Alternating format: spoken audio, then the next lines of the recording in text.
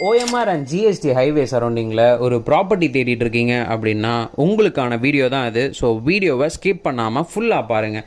நீங்கள் பார்த்துக்கிட்டு இருக்க இந்த சைட் நெல்லிக்குப்பம் ஹைவேலேருந்து ஒரு 100 மீட்டர்ஸ்லேயே அமைஞ்சிருக்கு. இங்கேருந்து சரியாக நீங்கள் 10 மினிட்ஸ்லேயே திருப்பூரூர் முருகன் டெம்பிளை ரீச் பண்ணிடலாம்.